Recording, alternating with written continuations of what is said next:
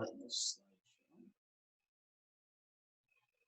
So yesterday, for those of you that were here or have watched the video back on YouTube, we started out just talking about kind of the classifications of different types of plants, and that's not what we're going to focus on today. So you can go back and kind of look through this stuff on your own, but today I want to just look at the various parts of them, right? So kind of the basic structure of how plants are set up. So kind of starting from the bottom up, right? Plants all have some kind of a root system, right? So the roots do a couple things, right? They provide a source of water for and minerals for the plant. So, I mean, if plants didn't have roots, they wouldn't be able to get any nutrients or any water from the earth, right? They would be fully dependent on receiving all of that from rain or sun or what have you from exterior sources. So root systems allow plants to get nutrients through other means, right? And that's also how plants are able to survive without rainfall for longer periods of time, right? Because they're able to extract water from the soil. Okay. Now, obviously, the other thing roots do is provide support and structure, right? If a tree didn't have a root system, it would just fall over, right? So roots do a couple things. They provide the minerals and water, but they also provide a support system, right? Like a literal support system, so the plant can grow up tall and not fall over, right? It gives the plant some strength. So the reason why roots tend to be larger proportionately than other parts of the plant is because the more surface area the plants have, or the roots have, sorry, the more water and nutrients they're able to pull into the plant, right? So plants have two different types of root systems. So you might see like the type of when you think of trees' roots, right? You think of like branches branching out underground, right? Lots of little tentacles sticking out. Plants that have those types of root systems, we call those fibrous, right? Thin branching roots that provide large surface area and serve to hold the plant in the ground, right? But there are also plants that have what we call tap roots. These are single thick structures that grow straight into the ground. So if you think of a lot of our root vegetables, and we call them root vegetables because the part that we eat is the root. Carrots, potatoes, onions, radishes, beets, right? All of those things are tap roots. In other words, if you look at a carrot, right, the actual plant part of the carrot is what grows up out of the ground, right? The carrot part that we eat is the root of the carrot plant, right?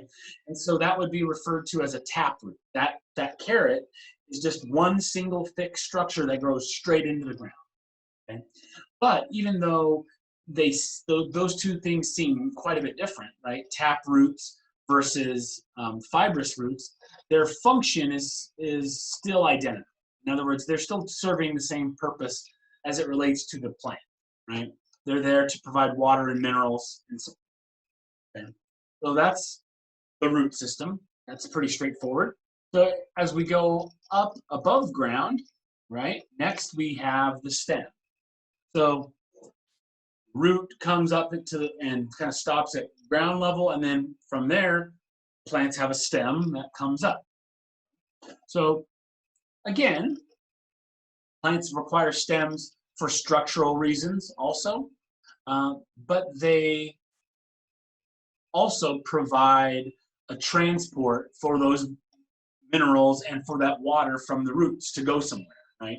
So inside of a stem of a plant, it's not, totally solid because there has to be pathways for minerals and water to transport to other areas in the plant, right? So um, again, the stems support leaves, cones, fruits, and flowers.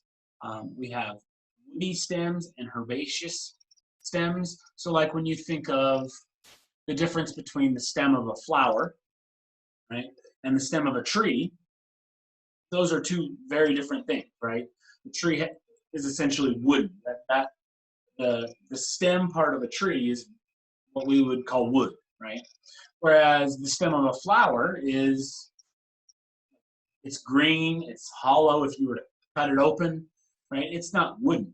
So those two things are different, but they're still effectively doing the same thing for the plant. Okay? And then within the stem, we also have the xylem and the phloem. So the xylem is tissue, vascular tissue inside the stem that transports water and minerals from the root to the plant. And the phloem is tissue that transports molecules from the leaves throughout the plant. So going the other direction, essentially, right? So we know plants get nutrients from the soil. Plants also get nutrients from photosynthesis, from the sun's light, okay? And just like the energy and the minerals from the earth, they have to transport up into parts of the plant. It wouldn't do any good if the energy from the sun just stayed in the leaves and didn't get transferred to other parts of the plant either. And so you essentially have this two-way highway where you have the xylem taking stuff from the roots and spreading it to all these areas of the tree. And you also have the phloem, which is taking stuff from the leaves and transporting it back throughout the plant in the other direction. Okay? But again, the stem, largely structural in characteristics, and it also provides a pathway for nutrients.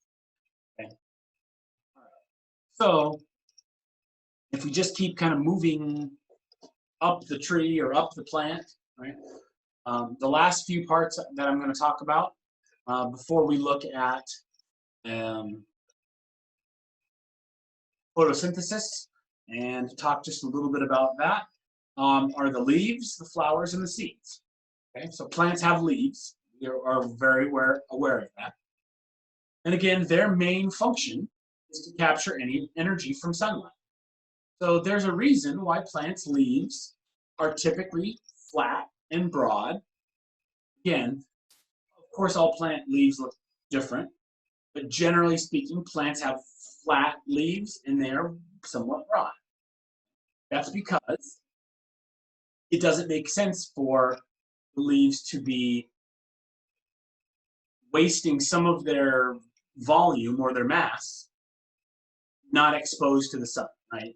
Because leaves' primary purpose is to capture energy from sunlight, and so they have evolved over time to be most efficient because their surface area is entirely spread out so that the majority of the cells in that leaf can be absorbing direct sunlight, right? Whereas if you had a narrow, thick leaf, it wouldn't be getting nearly as much sunlight, okay?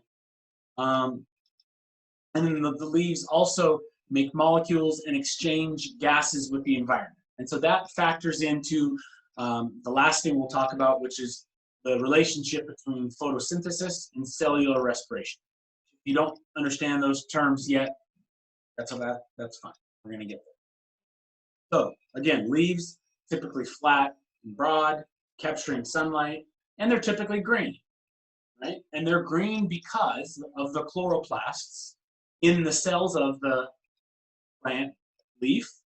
The chloroplasts are where that photosynthesis is going on, and they're green in color.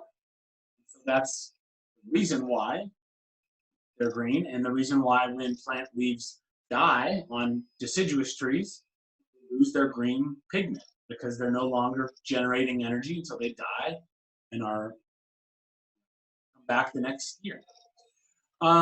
Flowers are the main reproductive organ in a flowering plant. So in a flowering plant, and not to necessarily go through the whole cycle, right?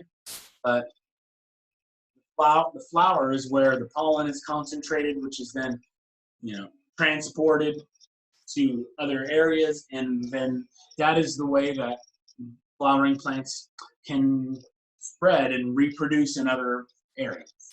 Okay? And then finally, the seeds of a plant.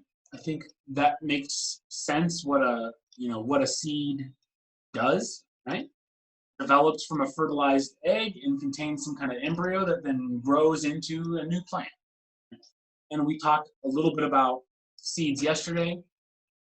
Depending on the type of plant, the seed can be encased in a cone, like a pine cone, or a seed could be encased in fruit. Either way, those are kind of protective coverings that help keep the seed intact and healthy until it reaches a point where either the fruit has decomposed or been eaten and then excreted, or the pine cone is broken down and it's time for the seed to kind of get absorbed into the earth. They're just different mechanisms of doing the same thing, right?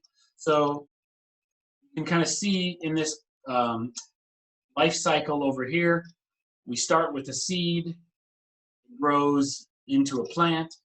Once it matures, it flowers, and that flower is pollinated, okay? Then we have kind of the same cycle of fertilizing an egg, the way an animal egg would be fertilized, except for in plants, it just happens a little differently. That seed then, in the case of the fruit, right, ripens into a fruit.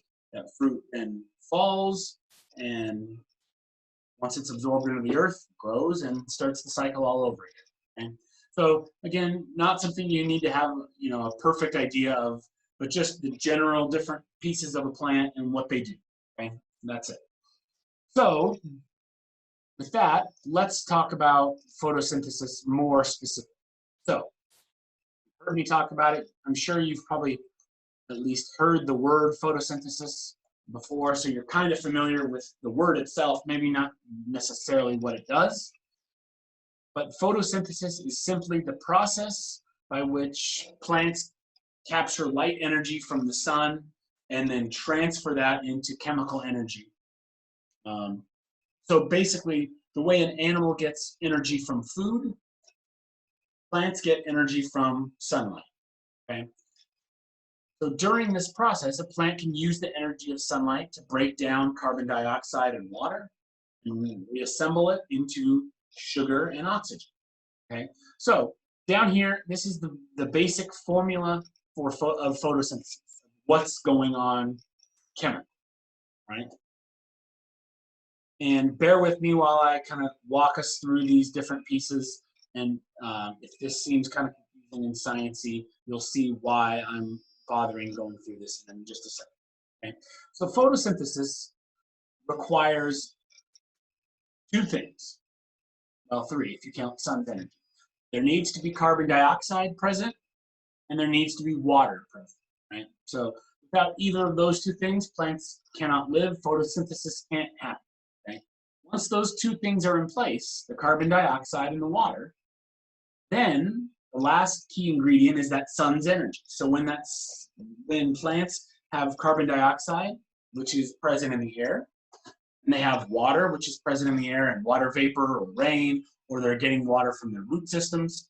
When you combine those two things with sun energy, that plant is healthy and generating energy, and the byproduct, in other words, they've taken those things and transferred them into energy in the form of sugar, and then what's released as kind of a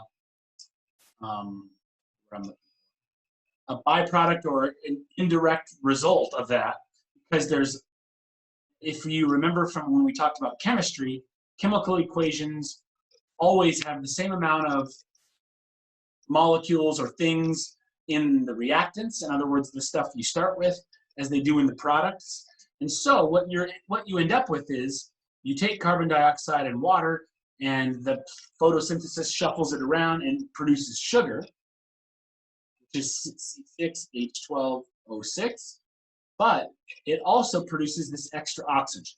So the reason that that's important, and maybe you've learned this at some point, but plants help regulate our balance of oxygen and carbon dioxide in the atmosphere.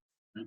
Because if photosynthesis didn't release oxygen, what you would be plants taking out carbon dioxide out of the atmosphere, not replacing it with oxygen. So we'd be slowly sucking our air dry of oxygen. But they do release oxygen, and so it kind of keeps things in balance.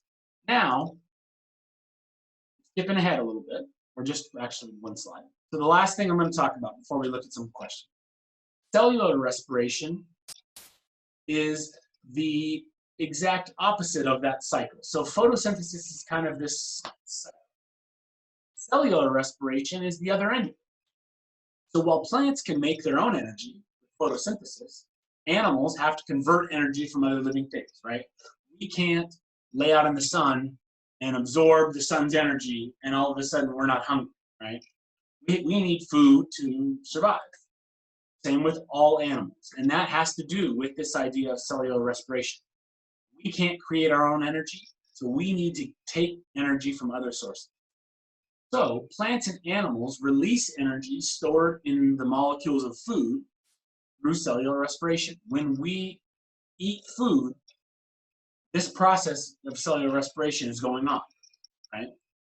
So when we eat, sugars and oxygen are required to start this process of cellular respiration. So we take the sugar and the oxygen of food, and it undergoes a chemical reaction, and what we're left with is water and carbon dioxide and energy, right? Like when we eat food, this chemical process gives us a boost of energy, right? But it also emits water and carbon dioxide back into the air, right? So like when we breathe in oxygen, and when we breathe out, we're breathing out carbon dioxide. Right? That's partly this thing here. So if you look at this formula, and this is why I even bother to focus on the formula at all. If you look at the formula, notice cellular respiration is glucose or sugar plus oxygen, and then you end up with water, carbon dioxide, and then also energy. But the reason that's important is if you compare it to photosynthesis, notice it looks familiar. It just looks flip-flopped, right? So if you see here, when you look at photosynthesis and cellular respiration, photosynthesis needs carbon dioxide, and it releases oxygen gas. While cellular respiration is the opposite. Cellular respiration needs oxygen and releases carbon dioxide. So it's that cycle that plants and animals are creating that help keep the levels of carbon dioxide and oxygen relatively similar, right? So when one gets out of whack, that's when when you hear about buildup of carbon dioxide in the atmosphere. That's due to a lack of photosynthesis or too much cellular respiration, right? Likewise, the same thing can happen the other way, right? But typically, when we talk about issues on Earth, because there are so many animals and so many humans, that typically doesn't happen, where you have a lack of cellular respiration and too much photosynthesis. We have more the opposite problem, where there is too many animals undergoing too high of an amount of cellular respiration, and there's not enough photosynthesis to balance it out. And so you end up with a building of carbon dioxide in the air, and partly, some scientists would say, that's partly to aid in global warming, or the warming of our atmosphere, right? Along with lots of other things. But again, just knowing that these two things go hand in hand. Right? Photosynthesis needs cellular respiration. Cellular respiration needs photosynthesis. And that's why the two coexist and keep our planet habitable, right? That's the reason that we continue to be able to breathe the air we breathe. All right, so that was kind of a mouthful. So let me pull up the practice questions. I'm going to pull up those same questions, but on a different format so that I can zoom in a little bit more on them. Hopefully that kind of made sense. If it didn't, always feel free to ask me questions, and I'll do the best I can to answer them. But let's go through and at least do a few of these questions. So, which of the following, let's just start with number one. Which of the following are products of cellular respiration? Okay. So, if I go and just to remind us kind of what we're talking about, remember, cellular respiration is this right here. Sugar plus oxygen turns into carbon dioxide, water, and energy. So, when the question says which of the following are products of cellular respiration, are products the stuff on the left side or the stuff on the right side? Do you remember this at all? Okay. Think about it like a math equation. The parts on the left are what we call the reactants. In other words, what we start with. Things we need for the reaction to occur. The arrow represents the reaction itself, and the stuff on the right is what you end up with. And just like in math, when we have 4 times 3, 4 and 3 are the reactants in this. And the end result is the product. 4 times 3 is 12, so the product is 12. Same thing here. The product is what is made, what is left after the reaction occurs. So, carbon dioxide, water, and energy. Sure enough, sorry for all my scrolling around. Hopefully I'm not making you dizzy. Which of the following are products of cellular respiration? D, carbon dioxide, water, and energy. All right, so here's a question. Literally a question for you. Number 2. A horticulturist wants to grow large, healthy plants by maximizing the rate of photosynthesis. Which of the following actions would most likely get the results she wants? So remember, think of photosynthesis and what it requires and what it does. We're trying to maximize the rate of photosynthesis. So, should she, A, increase the amount of light the plant receives each day? B, increase the amount of oxygen plants receive each day? C, decrease the amount of oxygen the plants receive each day? Or D, decrease the amount of carbon dioxide? Which of those things is going to help maximize photosynthesis? And remember, just to refresh ourselves, photosynthesis is the opposite of cellular respiration. So down on the bottom here, cellular respiration, sugar plus oxygen equals carbon dioxide, water, and energy. Photosynthesis is this one up here. It requires water and oxygen, or water and carbon dioxide, and produces sugar and oxygen. So this is the last bit of scrolling I'm going to do. So the first 2 I'd get rid of are oxygen, right? B and C. Increasing the amount of oxygen the plants receive. C, decreasing the amount of oxygen. Oxygen doesn't factor into starting photosynthesis or initiating photosynthesis. Oxygen is a product. Oxygen is made as a result of photosynthesis.